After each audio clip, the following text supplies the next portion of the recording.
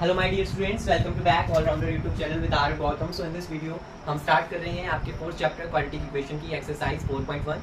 So let's start. So question number 1 में आपको बताना है, ऐसे आपको कुछ इक्वेशंस बना के दी गई हैं इक्वेट करने के रूप में, और आपको बताना है कि क्या ये क्वाड्रेटिक इक्वेशन है या नहीं। तो लेट्स चेक। मैंने 3 पार्ट्स करवाऊंगा आपको, क्योंकि ऐसे ही क्वेश्चंस फिर आगे रिपीटेड ऐसी टाइप के, तो आई होप सो आप कर लेंगे। सो स्टार्ट करते हैं from part number 1। Part number 1 जैसे मुझे दिया है, अगर मैं डायरेक्ट सोल्यूशन ऑफ पार्ट 1 लिखूंगा यहाँ पे, तो पार्ट 1 मेरे पास है x+1 का होल स्क्वायर। तो हमें पता है a प्लस बी का होल स्क्वायर क्या होता है। a प्लस बी का होल स्क्वायर होता है a square plus b square plus 2 into a into B, 2ab। So x+1 का होल स्क्वायर जब इस आइडेंटिटी से करोगे तो क्या आएगा, x स्क्वायर प्लस 1 का स्क्वायर 1 हो जाएगा, एंड 2 इंटू एक्स इंटू 1 जो है वो आपका 2x हो जाएगा। और इसे इक्वेट करना है 2 इंटू एक्स माइनस 3 से, तो इसे भी मल्टीप्लाई कर दो तो आ जाएगा 2x माइनस 6। अब आपको जो राइट हैंड साइड है उसे आप लेफ्ट हैंड साइड में मर्ज कर दीजिए। So x square plus 1 plus 2x minus 2x plus 6 equal to 0। So minus 2x cancel हो जाएगा, 6 प्लस 1 जो है 7 हो जाएगा, तो हमारे पास फाइनल आंसर आ जाएगा, वो आ जाएगा x square plus 7 equal to 0। तो अगर आप इस इक्वेशन को देखें तो अब कोई बच्चा बोलेगा यहाँ तो एक्स स्क्वायर है लेकिन एक्स वाला कोएफिशिएंट नहीं है, तो इसी इक्वेशन को हम ऐसे लिख सकते हैं, x square plus 0x plus 7 equal to 0। So it is a quadratic equation. तो इसका मतलब ये भी क्वाड्रेटिक इक्वेशन है, because highest power of our variable is 2। Degree जो है हमारे वेरिएबल की वो 2 है, तो यहाँ पे 1 पावर रख लेते हैं, कोएफिशिएंट 0 मान लेते हैं। सो ये हमारी क्वाड्रेटिक इक्वेशन। ऐसे ही मैं आपको सेकंड पार्ट करवाता हूँ। तो जब आप सेकंड पार्ट करेंगे तो सेकंड पार्ट में भी आपको मल्टीप्लिकेशन करना पड़ेगा। तो सेकंड पार्ट के लिए जैसे एक्स स्क्वायर माइनस 2x लिखा है, ये आपका सोल्यूशन है सेकंड पार्ट का। तो x square minus 2x equal to minus 2 को मल्टीप्लाई करना है 3 इंटू माइनस इसके साथ, तो आंसर आएगा माइनस 6 प्लस 2x। और यहाँ से एक्स स्क्वायर माइनस 2x और यहाँ से minus 2x equal to plus 6 equal to 0। So अगर आप इस यहाँ पे देखें तो x square minus 2x add हो जाएगा, तो माइनस 4x आ जाएगा प्लस 6 इक्वल टू 0। तो अगेन ये जो है यहाँ पे हमारे पास क्वाड्रेटिक इक्वेशन बनी है, तो ये एक क्वाड्रेटिक इक्वेशन को ही रिप्रेजेंट कर रहा है। जो थर्ड क्वेश्चन है आपके पास, इस टाइप में क्वेश्चन पूछ लिया जाता है, तो इसमें आपको कुछ नहीं करना है, मल्टीप्लाई करना है, इन दोनों को मल्टीप्लाई करो और इन दोनों को मल्टीप्लाई करो और इक्वेट करके देखो कि क्वाड्रेटिक इक्वेशन बन रही है या नहीं बन रही। तो जैसे मैंने इसे किया, इसका सोल्यूशन मैं यहीं कर देता हूँ नीचे। सो x इंटू एक्स प्लस 1, इस x से x प्लस 1 को किया, एंड माइनस 2 से अगेन x प्लस 1 को कर दिया, और यहाँ पे भी x इंटू एक्स प्लस 3 हो जाएगा and minus 1 into x plus 3 हो जाएगा। तो यहाँ पे x square plus x minus 2x minus 2 equal to x square plus 3x minus x and minus 3। तो पार्ट 3 में जब आप यहाँ तक सॉल्व कर लेंगे, इसे मल्टीप्लिकेशन कर देंगे सिंपल सी, उसके बाद आपको यहाँ पे अगर आप ऐसे देखें तो एक्स स्क्वायर, ये टर्म x की है, ये भी x कोएफिशिएंट की है, तो ये भी माइनस हो जाएगी, तो आ जाएगा माइनस x और माइनस 2 इक्वल टू, यहाँ पे अगर आप देखें तो एक्स स्क्वायर आ जाएगा, 3x अगेन माइनस हो रहा है x, तो प्लस 2x आ जाएगा एंड माइनस 3 आ जाएगा। अब मैं इस साइड लिखता हूँ जो मेरे पास सोल्यूशन आ रहा है। तो x square minus x minus 2, और ये सारी चीज़ें उधर उस साइड चली जाएंगी। So minus x square minus 2x and plus 3 equal to 0। So x square भी कैंसिल हो जाएगा, and minus 2x and minus x जो है वो बन जाएगा आपका माइनस 3x एंड प्लस 3 और माइनस 2 जब कैंसिल आउट होगा तो ये बन जाएगा 1। तो अगर आप इस आंसर को देखो, जो हमारा फाइनल आंसर आया है वो है minus 3x plus 1 equal to 0, और ये क्वाड्रेटिक इक्वेशन नहीं है। मूव ऑन करते हैं हमारे क्वेश्चन नंबर 2 पे। So next start question. Second question है आपका, the area of a rectangular plot is 528 metre square, आपको उसका एरिया दे रखा है, एंड लेंथ जो है ऑफ प्लॉट वो मीटर्स में है, और वो बोला गया है is 1 more than twice of its breadth, मतलब जो लेंथ है वो आपकी ट्वाइस ऑफ इट्स ब्रेथ है, एंड उससे 1 मोर है, तो प्लस 1 करना पड़ेगा, and we need to find L and B, मतलब लेंथ एंड ब्रेथ। तो लेंथ एंड ब्रेथ हमें निकालना है, तो उसके लिए हम लेट द लेंथ को भी लेट कर लेते हैं और ब्रेथ को भी लेट कर लेते हैं। तो सोल्यूशन में मैं सबसे पहले तो मुझे उन्होंने गिवन किया है एरिया, सो मैं लिख लेता हूँ एरिया ऑफ रेक्टेंगुलर प्लॉट कितना है 528 metre square, area is given to you, and उसके बाद हमें लेंथ पता नहीं है, तो लेट द लेंथ आपको पूरा लिखना है, let the length of rectangular plot. So let the length equal to कितना है, मैं मान लेता हूँ x मीटर मेरी लेंथ है, और सिमिलरली लेट द जो मेरी ब्रेथ है वो y मीटर है। उसके बाद मुझे इन्होंने बोला गया है कि मेरी लेंथ जो मीटर में है that is 1 more than twice of its breadth, यानी कि length is equal to twice of its breadth, breadth का ट्वाइस मतलब ब्रेथ को 2 से मल्टीप्लाई करना पड़ेगा, 2 से मल्टीप्लाई कर दिया, एंड 1 मोर यानी कि +1। तो मेरे पास x की वैल्यू ये आ जाएगी। और मुझे पता है कि area of rectangle, area of rectangle का क्या फॉर्मूला होता था, n इंटू बी होता था, अगर आपको याद हो, लेंथ इंटू ब्रेथ। मेरे पास लेंथ इंटू ब्रेथ, अभी मैं करूँगा x इंटू वाई, तो मेरे पास क्या आंसर आना चाहिए, एरिया आना चाहिए। एरिया कितना है, 528 है, और x की मैंने क्या वैल्यू रखी है, ये रखी है। तो इस इक्वेशन इसे हम यूज कर सकते हैं यहाँ पे, तो आप ऐसे लिख सकते हो कि 1 और इस यहाँ से डैश लगा के यूजिंग 1, ठीक है, इसमें हमने यूज की 1। तो मेरे पास x की जगह मैं लिख सकता हूँ 2y + 1 into y equal to 528, right. अब इसे मल्टीप्लाई करते हैं अगर हम, तो हमारे पास बन जाएगी 2y² + y इक्वल टू 528। तो मेरे पास कुछ ऐसा इक्वेशन फॉर्म हो जाएगा, राइट। और अगर मैं इस इक्वेशन को भी फर्दर आगे करूं तो 2y² + y, यहाँ प्लस का है, जब इक्वल टू से उस पार जाएंगे तो 528 इक्वल टू 0 आ जाएगा। सो यहाँ से आपको a b c की वैल्यू मिल जाएगी, a 2 हो जाएगा, b 1 हो जाएगा, c जो है वो -528 हो जाएगा। सो डिस्क्रिमिनेट कैलकुलेट करना पड़ेगा आपको यहाँ से। सो मैं a b की वैल्यू नहीं लिख रहा, मैं यही लिख देता हूँ, a ये है, b ये है और c ये है, राइट। आपको पूरा लिखना पड़ेगा। और डिस्क्रिमिनेट का फॉर्मूला क्या होता है, b² - 4ac। सो b का कर दो स्क्वायर, तो b की वैल्यू तो 1 ही है, -4 इंटू a की वैल्यू 2 है, और c की वैल्यू जो है वो -528 है। तो अब आपको ये सॉल्व करना पड़ेगा। तो इसे सॉल्व करते हैं, 1 का स्क्वायर जो होगा वो 1 ही आ जाएगा, और जब आप इस कैलकुलेशन को करेंगे तो 8 आएगा, और इसे जब इधर मल्टीप्लाई करेंगे तो कितना आएगा, आंसर जो है वो पॉजिटिव में आएगा। तो इसका आंसर आएगा 424। एक मिनट में चेक कर लेता हूँ, यही आंसर है, 4224, यस यही आंसर है। सो 1 जब ऐड कर दिया तो हमारे पास जो फाइनल डिस्क्रिमिनेंट बन गया वो बन गया 4225। तो मेरे पास डिस्क्रिमिनेंट की वैल्यू आ चुकी है। अब इस डिस्क्रिमिनेंट की वैल्यू को आपको क्वाड्रेटिक फार्मूला में पुट कर देना है। तो चलिए स्टार्ट करते हैं इसे क्वाड्रेटिक फार्मूला में पुट करना। Let's start. So quadratic formula use करेंगे, और यहाँ आपकी टी की वैल्यू जो है दैट इज ग्रेटर देन 0। सो आपको पता लग गया कि आपके जो रूट्स आएंगे वो कैसे आएंगे। तो रूट्स जो होंगे that are real and unequal होंगे।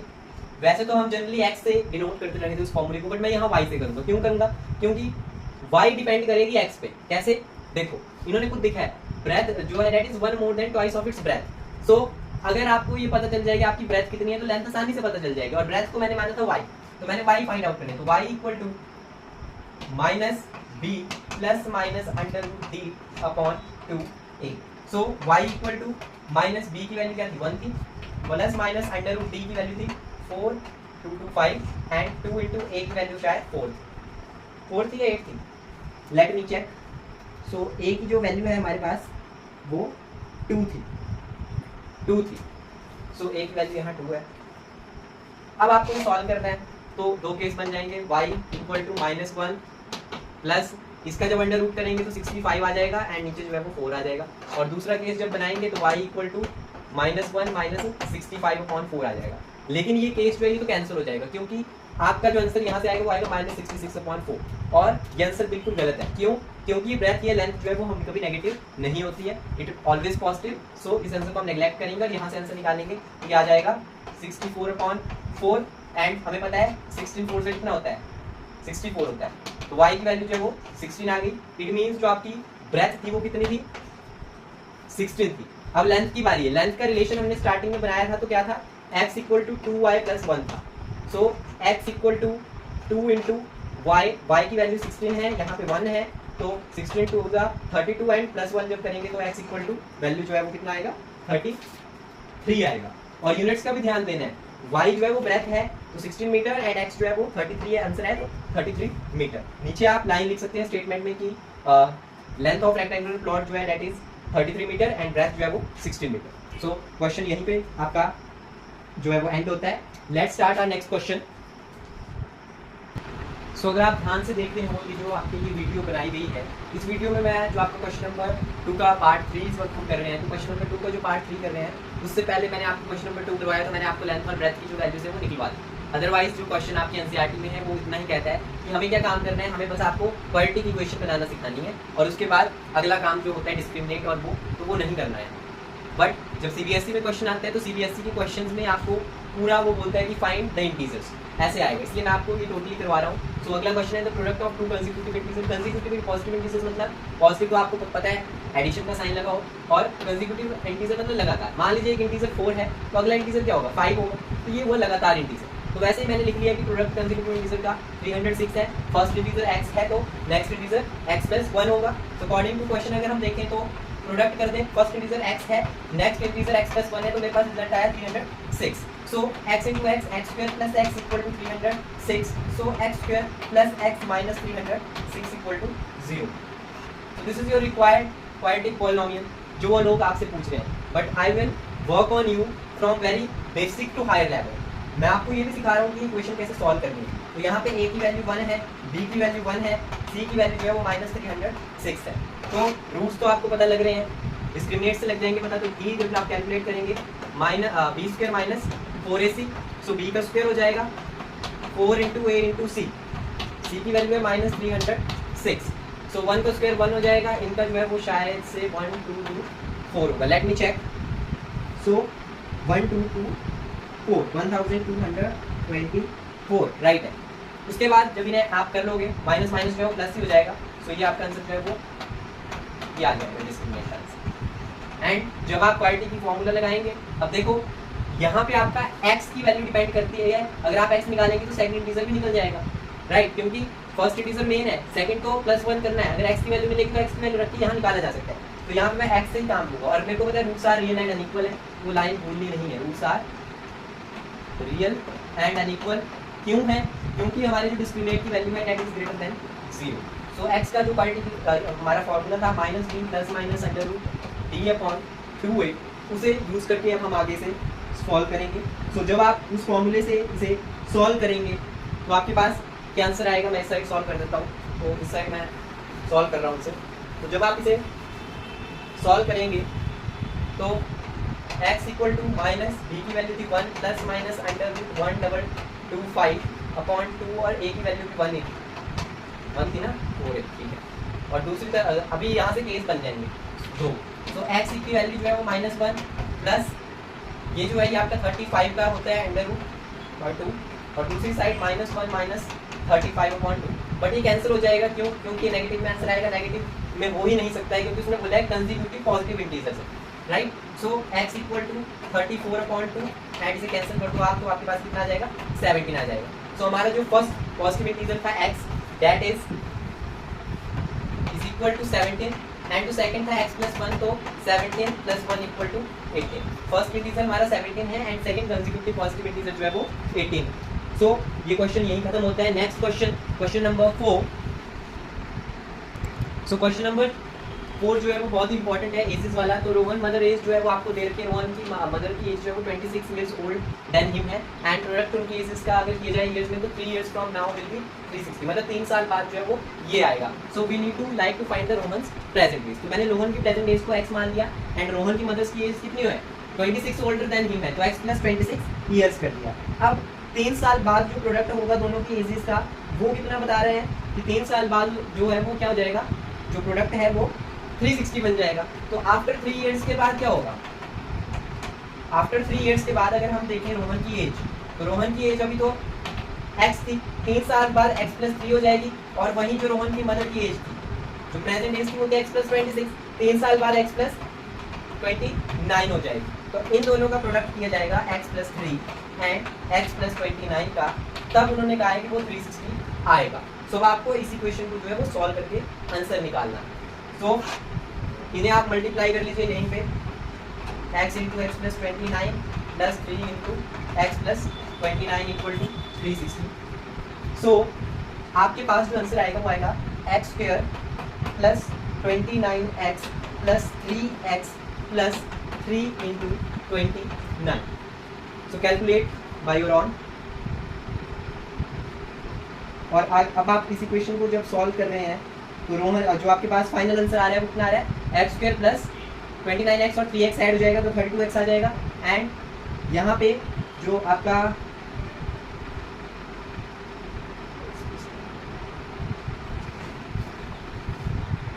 जब आप इसको कैलकुलेट कर लेंगे तो आपके पास जो फाइनल आंसर है वो क्या बन जाएगा, वो बन जाएगा एक्स स्क्वायर प्लस 29, ये मैंने आपको बताया 32x हो जाएगा, प्लस 29 3 जो होते हैं वो 87 होते हैं, एंड माइनस यहाँ पे 360 पॉजिटिव में से जिधर लाएंगे तो नेगेटिव हो जाएगा, इक्वल टू 0। इसके बाद जब करोगे तो एक्स स्क्वायर प्लस 32x हो जाएगा, और यहाँ माइनस हो जाएंगे तो माइनस का साइन आएगा, और जब ये माइनस करोगे तो माइनस 273 इक्वल टू 0 आ जाएगा। उसके बाद आपको पता है ए की वैल्यू ये है, बी की वैल्यू ये है, सी की वैल्यू ये है, तो आप डिस्क्रिमिनेट का फॉर्मूला लगाएंगे। डिस्क्रिमिनेट का जो फॉर्मूला था वो क्या था, D equal to B square minus 4ac। A की वैल्यू कितनी है 1 है, डी की वैल्यू कितनी है 32 है, और सी की वैल्यू जो है वो माइनस 273 है। तो इन वैल्यूज को आप यहाँ रख दीजिए, डिस्क्रिमिनेट आ जाएगा। डिस्क्रिमिनेट जो है इसका वो कितना आया, वो आया 2116। तो हमें पता लगा कि d is greater than 0, it means हमारे जो रूट्स हैं वो क्या है, रियल एंड अनइक्वल है। तो 2 रूट्स एग्जिस्ट कर रहे हैं। अब उन 2 रूट्स को निकालने के लिए हमें जो है वो फॉर्मूला यूज करना पड़ेगा। सो फॉर्मूला जब आप स्टार्ट करेंगे, क्वाड्रेटिक फॉर्मूले में आप इक्वेट करेंगे तो आपके पास 2 वैल्यूज आएंगी। जैसे आपने फॉर्मूला लगा दिया x equal to minus D plus minus under root D upon 2। So x equal to minus D की वैल्यू थी 32 plus minus under root D की वैल्यू आई है 2116, एंड 2 इंटू ए की वैल्यू क्या है, ए की वैल्यू क्या है 1 है, तो ए की वैल्यू 1 है तो नीचे तो 2 ही रहेगा, राइट। तो हो जाएगा ये, राइट। सो यहाँ पे 1 है, तो इसकी 2 कंडीशंस बन जाएंगी। एक तरफ माइनस 32 अंडर रूट जब लोगे तो 46 आएगा, 2 केसेस में लिया जाएगा, माइनस 32 यहाँ पे ऐसे आएगा नेगेटिव में, और यहाँ पे पॉजिटिव 46 आएगा, राइट। तो इन दोनों को कैलकुलेशन यहाँ पे तो करनी नहीं है क्योंकि नेगेटिव आंसर देगा, तो यहाँ से कोई फायदा नहीं होगा। कैलकुलेशन जो होगी वो वैल्यू यहाँ से निकाली जाएगी। तो जब आप यहाँ से वैल्यू निकालेंगे तो कितनी आएगी, आपने 46 माइनस 32 करना है, तो आप साइड में कर भी सकते हैं ऐसे, ठीक है। तो 14 आ जाएगा, तो x equal to 14/2 and x की वैल्यू जो है वो 7 आ गई। तो इसका मतलब रोहन की जो एज है वो 7 है, और उसकी मदर की एज कितनी है, मदर की एज कितनी है, ये प्रेजेंट एज आई, आफ्टर 3 इयर्स बोला है उसने। तो आफ्टर 3 इयर्स क्या होगी, रोहन की एज x + 3 थी, तो इट मींस 7 + 3 जो 10 है वो राइट आंसर है। तो जो मदर की एज आएगी वो कितना आएगी, x + 29 थी 3 इयर्स पे, और x की वैल्यू हमारे पास 7 आई, तो 7 + 29 जो है वो आपका कितना हो जाएगा 36 इयर्स हो जाएगी। तो रोहन की प्रेजेंट एज जो है वो, रोहन की जो एज आएगी x + 3 की मतलब 3 इयर्स के बाद जो है वो 10 इयर्स हो जाएगी, एंड उसकी मदर की एज जो है वो 3 इयर्स के बाद जो है वो 36 हो जाएगी, और तब जो है वो प्रोडक्ट जो है वो 360 बनेगा। So now move to our question number 4। ये जो लास्ट क्वेश्चन है आपका, ये बहुत ही इंपॉर्टेंट क्वेश्चन है आपकी इस एक्सरसाइज का। तो जो क्वेश्चन है आपका वो है, a train travels a distance of 480 kilometre at uniform speed. Uniform speed मतलब एक कांस्टेंट स्पीड है, and speed has been 8 kilometre per hour अगर लेस होती है तो 3 घंटे जो है वो ज़्यादा लेती है, 3 hours more to cover the same distance. तो हमें फाइंड करनी है स्पीड ऑफ ट्रेन। तो सबसे पहले तो आपको पता होना चाहिए कि स्पीड का फॉर्मूला क्या होता है। स्पीड का फॉर्मूला होता है डिस्टेंस अपॉन टाइम। तो मैंने एक केस बनाया कि जब ट्रेन चली थी, केस 1 है, जब ट्रेन चली थी तो उसकी जो यूनिफॉर्म स्पीड है, लेट यूनिफॉर्म स्पीड कर ली मैंने, कितनी कर ली, x किलोमीटर पर आवर कर ली, और इसने डिस्टेंस कितना कवर किया, डिस्टेंस था 480 किलोमीटर।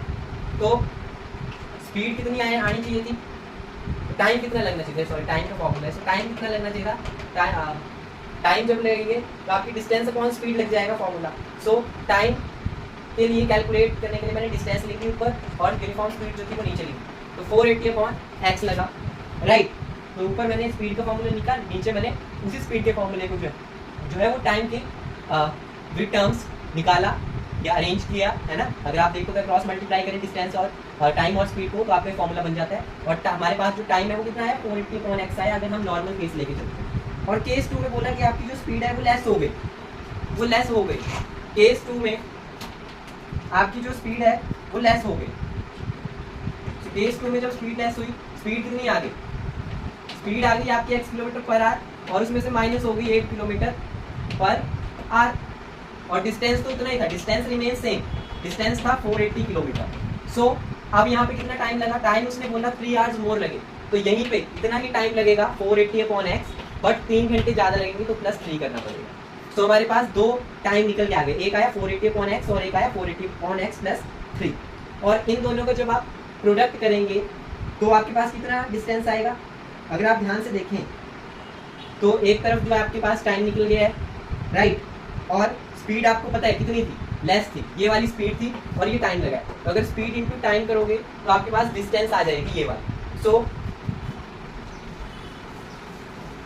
स्पीड इंटू टाइम का फॉर्मूला, स्पीड इंटू टाइम किया तो कितना आ जाएगा हमारे पास डिस्टेंस आ जाएगी।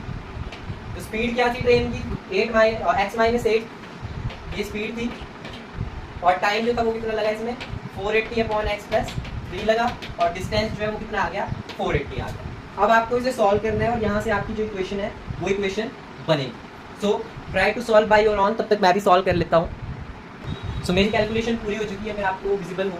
सो मेरी कैलकुलेशन में मैंने इन्हें मल्टीप्लाई किया तो x 480 से किया तो x आ गया इसके साथ, और 3 के साथ x किया 3x आ गया, माइनस 8 के साथ इसे मल्टीप्लाई किया 3840 upon x and minus 24 equal to 480। अब मैंने यहाँ से इक्वेशन बनानी है तो मैंने क्या किया, यहाँ से x कैंसिल हो जाएगा और इस 480 को मैं ट्रांसफर कर दूंगा यहाँ पे। सो 3x minus 3840 upon x and minus 24 को मैंने उस साइड लिया तो 480 यहीं पे था, 480 उधर से इधर भी आ गया तो माइनस 480 एंड माइनस 24 का प्लस 24 हो गया, 480 जो है वो कैंसिल आउट हो गया। आपके पास इक्वेशन आ जाएगी 3x minus 3840 equal to 24x। सो यहाँ पे आपकी इक्वेशन जो है वो कुछ इस तरीके से आ गई, ठीक है।